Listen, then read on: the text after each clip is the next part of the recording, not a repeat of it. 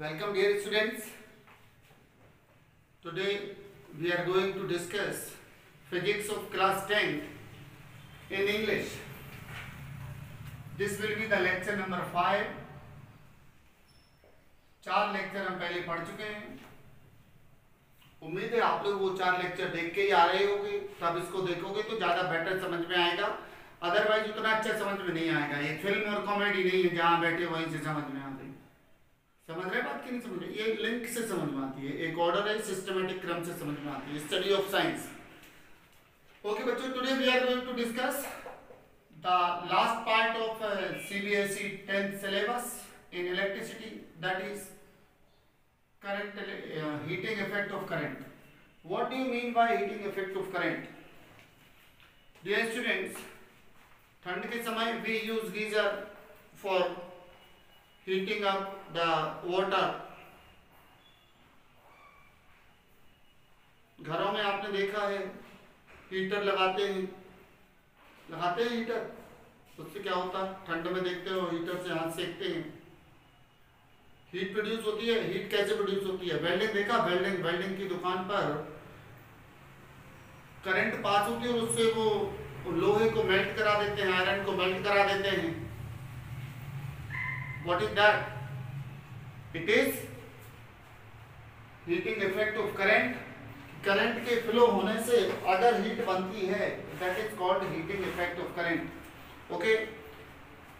So dear students, whenever current flows through a conductor, heat is produced around it. This effect is known as heating effect of current.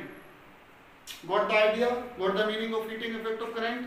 जहां कहीं भी current pass होगी तो heat बनेगी. इस effect को, current की इस इफेक्ट को बोलते हैं हीटिंग इफेक्ट ऑफ करंट. ठीक, कितनी हीट बनेगी ये देखना है हमें, है ना. हीट को ऐसे रिप्रेजेंट करें. इधर देखो, अब हमने पढ़ा है कि electric potential is defined as work divided by charge. Means whenever charge q is moved from one potential to another potential, from one point to another point, or better to say one potential to another potential in an electric field, then some work is done. Either the charge moves itself or it is moved forcefully. या तो charge खुद चल जाता है या चलाना पड़ता है. ऐसे देखो, पेन है, छोड़ो तो खुद गिर जाता है. द ग्रेविटेशनल फील्ड में ये खुद गिर रहा है, लेकिन ऊपर ले जाना है तो हमें फोर्स लगाना पड़ेगा.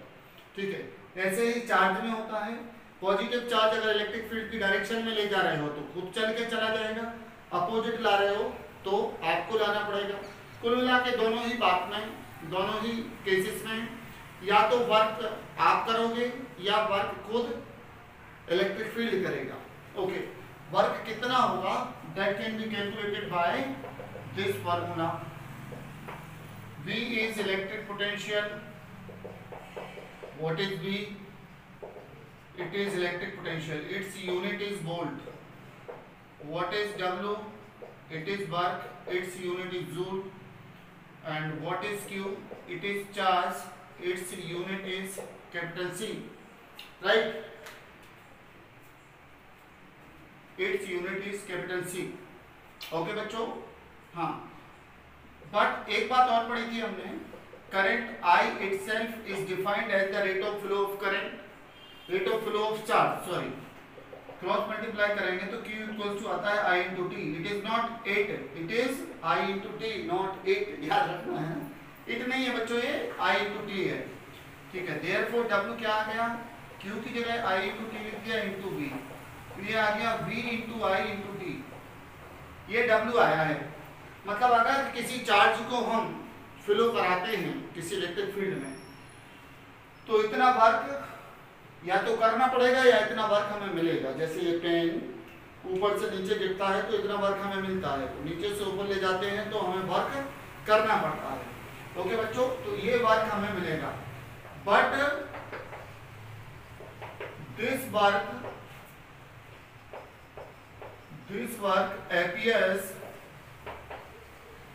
in the form of heat, ये वर्क हीट के फॉर्म में अपीयर हो जाता है। अरे आप थोड़े ऐसे देख लो, हाथ ऐसे रगड़ दो, आप वर्क कर रहे हो, हाथ गर्म हो जाते हैं, मतलब work is converted into heat. आप ऐसे ऐसे कर रहे हो, ऐसे ऐसे ऐसे ऐसे मस्कुलर वर्क कर रहे हो आप, तो ये भी हीट में कन्वर्ट हो जाता है। कहीं पे कोई हथौड़े से चोट मारो 10 बार, वहां पे भी हीटेड हो जाता है, गर्म हो जाता है। तो work is converted into heat, ठीक है। तो हीट H लिख दे रहे हैं इसको, तो ये W इक्वल्स टू H हो जाएगा। देयरफॉर H कितना हो गया, VIT, मतलब पोटेंशियल V पे अगर करंट I टाइम T तक फ्लो होती है तो इतनी हीट प्रोड्यूस होगी। ये बात समझ में आ गई। अब यूनिट ऑफ H क्या होगा, हीट की यूनिट क्या होगी बच्चों, तो वर्क के जैसा ही है, तो इसकी ऐसा यूनिट तो जूल हुई, जूल ही होगी, ठीक। और इसकी प्रैक्टिकल यूनिट या सीजीएस सिस्टम की यूनिट कैलोरी होती है ना। अपन कहते हैं कितने कैलोरी, कितना आपने खाना खा लिया, इतनी कैलोरी एनर्जी आपको मिल गई, है ना। हीट को मेजर करते हैं, कैलोरी में भी मेजर करते हैं। दोनों में क्या रिलेशन होता है, 1 calorie is equal to 4.18 joule. प्यारे बच्चों कितना होता है, और अप्रोक्सीमेटली इसको ऐसे लिखते हैं कि 1 calorie equals to approximately equals to 4.2 joule, means calorie is a bigger unit whereas joule is the smaller one. Okay, लिख लीजिए, इतना नोट कर लोगे, इतना वीडियो को रोक के नोट कर लीजिए, लिख गया। चलो आगे चलेंगे, हाँ आगे चलेंगे।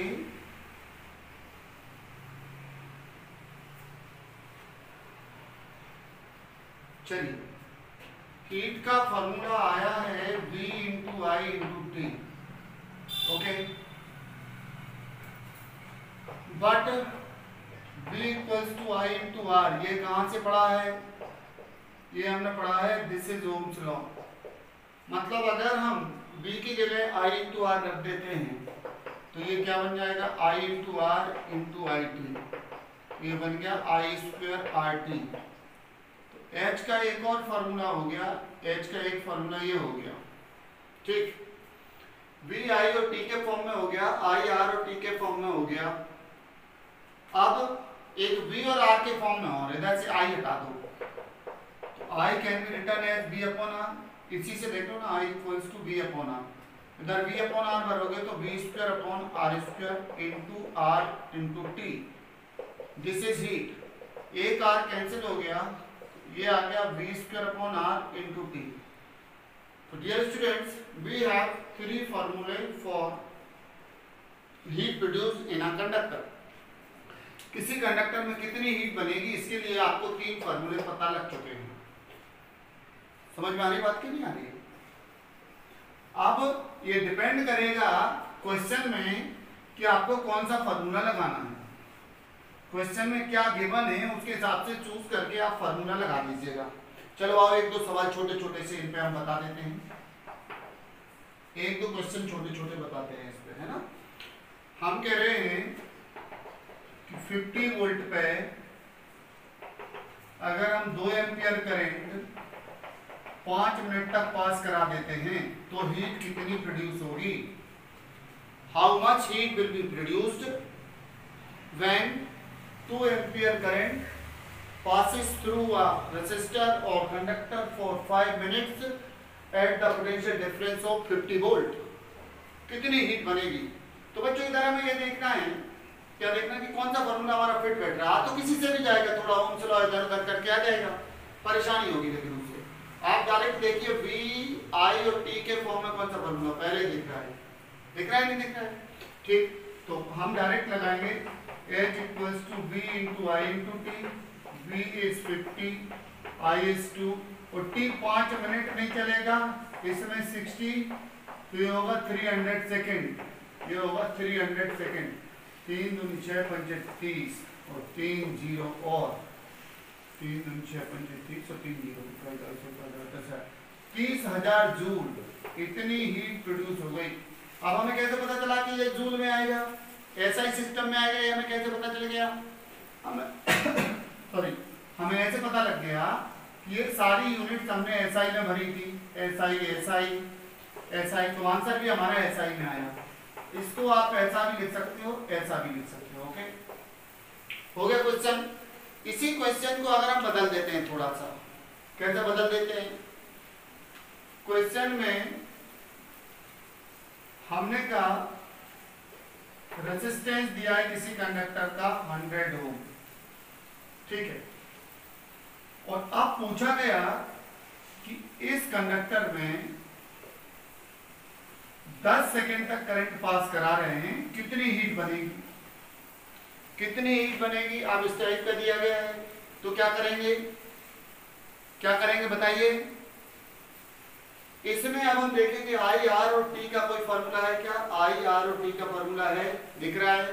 तो देखो जरा, सिंस H इक्वल्स टू क्या आएगा, I square into R into T, I यानी 2 का स्क्वायर, आर यानी 100, टी यानी 10 सेकेंड में दिया है। अब की बार बदलने की जरूरत नहीं है, 2 2 जा 4000 जूल आ गया, 4 into 10 to the power 3 joule भी लिख सकते हो। बात समझ में आ गई? ऐसे ही बी आर और टी दिए होंगे तो ये फॉर्मूला भी लग जाएगा। अच्छा, इसके आगे एक कॉन्सेप्ट और बचता है अपने सिलेबस का, वो है पावर, ठीक, इलेक्ट्रिकल पावर। 9th में अपन ने पढ़ा था मैकेनिकल पावर, अब पढ़ना है electrical power. Electrical power, what is this power? हाँ बच्चों, पावर तो सिंपल 9th में पढ़ा था, W/T। इधर क्या पढ़ोगे? W की जगह डेफिनेशन में यहां पे कहा जाएगा कि electrical energy consumed per second या electrical energy consumed per unit time by an appliances, by an electrical appliance, better to say, is defined as its power। समझ में आ रहा है नहीं आ रहा है? बताओ प्लीज, ये नोट कर लिया? इतना फार्मूला नोट कर लिया? चलो बताते हैं, 1 मिनट बाद बताते हैं आपको। हाँ हाँ भाई, तो इलेक्ट्रिकल पावर को कैसे डिफाइन करेंगे? Electrical energy consumed per unit time by an electrical appliance is called its power. ठीक, पर यूनिट टाइम में वो कितनी इलेक्ट्रिकल एनर्जी कंज्यूम कर रहा है, ठीक, या पर यूनिट टाइम में कितनी हीट प्रोड्यूस कर रहा है। तो ऐसे भी कह सकते हैं और ऐसे भी कह सकते हैं। ओके, इसकी ऐसा यूनिट बताओगे क्या होगी? व्हाट विल बी इट्स ऐसा यूनिट? ये जूल है, ये सेकंड है। ऐसा यूनिट किसकी? ऐसा यूनिट ऑफ पावर, ठीक, क्या होगी? जूल पर सेकेंड, और जूल पर सेकेंड को बोलते हैं वॉट। क्या बोलते हैं? वॉट। तो बच्चों एक बहुत हमारा फेमस क्वेश्चन है 2016 में, 2016 में मैंने ही बनाया था, देखिएगा जरा कैसा है वो क्वेश्चन। 2016 में एमपी बोर्ड और सीबीएसई 12th क्लास में, यानी एमपी बोर्ड में और सीबीएसई में, दोनों में 12th में मेरे बच्चे टॉपर थे। That was very memorable year, है ना? दोनों में टॉपर होना बड़ी अच्छी बात, बहुत अच्छा लगता था उस समय, है ना? आज भी लगता है जब भी याद आता है तो, है ना? आस्था और अनिकेत, तो ये उस समय हमने एक क्वेश्चन बनाया था और उसका आंसर देखिए आप। क्वेश्चन है what is the unit of power? What is the unit of power? Answer है what is the unit of power? What is the unit of power? What is the unit of power? वही question वही answer. Okay बच्चों, याद रखोगे ना? ये Google पे कोई किताब में दुनिया की इस तरह से नहीं मिला है, ये हमने खुद बनाया है। कहीं लिखा मिले तो आप बता दीजिएगा कि ये हमारे सर का बनाया है, इसको पेटेंट करवा दीजिए, ठीक है? तो what is the unit of power? What is the unit of power, वही क्वेश्चन है, वही आंसर है। अब हमसे कोई पूछता है कि what do you mean by 1 what power? आपको सीबीएसई में 1 मार्क क्वेश्चन में पूछ लेते हैं, डिफाइन 1 वॉट पावर। तो 1 वॉट पावर क्या होगी बताइए जरा, देखिएगा। P इक्वल्स टू H/T लिखा है, H यानी हीट, इसकी यूनिट आप क्या लिख दो? जूल, टाइम की यूनिट सेकेंड, और पावर की यूनिट वॉट, और सब जगह 1 लिख दो, खत्म हो गया काम, खत्म। इसी को वर्ड्स में डाल दीजिए, डेफिनेशन बन गई। वर्ड्स में कैसे? If N electrical appliance consumes 1 joule electrical energy in 1 second, then its power is said to be 1 watt। समझ में आ गया ना? दोबारा बोलने की जरूरत नहीं, दोबारा आप वीडियो में फिर से सुन सकते हो, है ना? ओके। ये टेक्नोलॉजी हमारी फिजिक्स को सलाम है कि फिजिक्स के कारण इतना अच्छा है कि सबको 10 बार सुनना है, 10 बार सुन लो, रात में पढ़ लो, दिन में पढ़ लो, जब चाहो तब पढ़ लो, है ना? तो 1 watt पावर समझ गए। If 1 joule of heat is consumed by an electrical appliance in 1 second, then its power is said to be 1 watt। समझ में आ गई बात? ठीक है। इसकी कुछ अदर यूनिट्स, पावर की कुछ अदर यूनिट्स देख लें अपन। हॉर्स पावर होता है, हॉर्स पावर भी पावर की यूनिट ही होती है, और 1 HP होता है 746 वॉट। बड़ी ये फेमस है यूनिट, हॉर्स पावर बड़ी फेमस यूनिट है पावर की, ठीक है। एक होती है किलोवाट, किलोवाट होता है 1000 वॉट। एक होता है मेगावाट, न्यूज में सुनते होंगे आप कि सरकार एक प्रोजेक्ट लगा रही है, इतने मेगावाट बिजली बनेगी इसमें, है ना? ये वो मेगावाट, मेगा होता है 10⁶, यानी 10 लाख वॉट होता है। ओके बच्चों, इतना समझ में आया? अभी तो हमने पढ़ी केवल पावर की क्या डेफिनेशन पढ़ी, और पावर का 1 वॉट पावर का क्या मतलब होता है ये समझा। अब पावर के लिए एक्सप्रेशंस क्या हैं, आप न्यूमेरिकल कैसे सॉल्व करोगे? एनसीईआरटी में जो आपको क्वेश्चंस दिए हैं, how will you solve them, उन क्वेश्चंस को हम कैसे सॉल्व करेंगे, न्यूमेरिकल्स को कैसे सॉल्व करेंगे? ठीक, चलिए देखते हैं। हाँ, एच के हमारे पास 3 फॉर्मूले हैं, एक जे, एक जे, एक जे। अगर एच में टी से डिवाइड कर दिया जाए तो पावर बन जाएगा, नहीं बन जाएगा? तो हम लिखेंगे since h equals to I square R T भी है, या B square upon R T भी है, और b into I into T भी है। देयरफॉर पावर के भी 3 फॉर्मूले बनेंगे। h को t से डिवाइड करना है, आई स्क्वायर आर टी को t से डिवाइड कर दो, या फिर B square upon R into T को t से डिवाइड कर दो, या फिर b into I into T को t से डिवाइड कर दो। टी सब जगह से खत्म कर दो, पावर के 3 फॉर्मूले मिल जाएंगे हमें। क्या क्या? आई स्क्वायर इंटू आर,